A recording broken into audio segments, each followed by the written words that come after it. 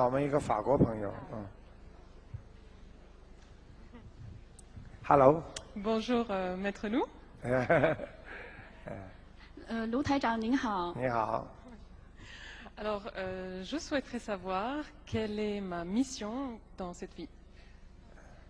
师父，这位法国佛友想知道他今生今世投生到人世间的使命是什么？Alors, je suis né en 1980 du signe singe.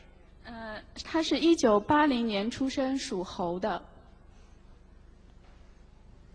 你告诉他，他的使命就是来帮助人家、穷人，还有就是还债，他就这两个使命。OK, merci. 他自己很清楚，他会经常帮助别人，但是人家他帮助完别人，人家不理他了。哎，你翻译啊，小姑娘，你跟他讲呀，你。对，师傅，因为这个他带的那个翻译器，他知道。对他肯定，他说对的，谢谢台长。怎么会不对啊？鼓掌呀！外国人、中国人一样看，不管什么人是一样看。Et une dernière question par rapport à la santé, la mienne. 第二个问题想问一下他自己本人的健康状况。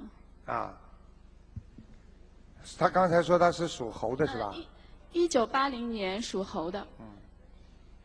你告诉他，他这个咽喉部分呢非常不舒服，经常会咳嗽，这里很干。对的。还要讲下去了，还有他的腰很不好。大爷。对的。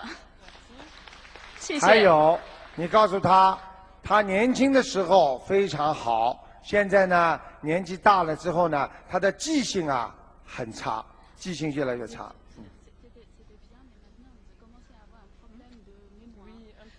是的，有一点开始了。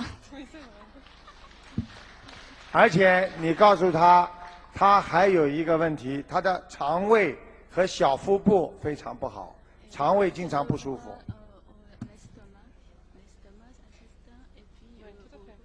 对的，完全正确。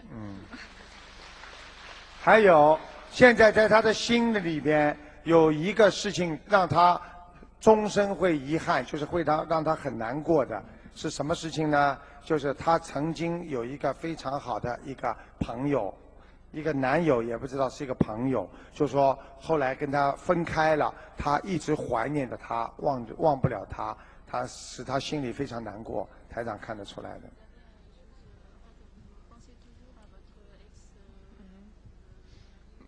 Oui, ou un ami très proche, tout à fait. 是的，他现在还经常想的一位曾经非常亲近的朋友。你告诉他，他这个人良心是很好，但是呢，台长也不想讲他的感情问题了。我就是希望他呢，就是把身体弄好。身体呢，他以后晚年会出现一个很大的问题，就是关节，他的关节会很差。D'accord, ok, merci. 谢谢。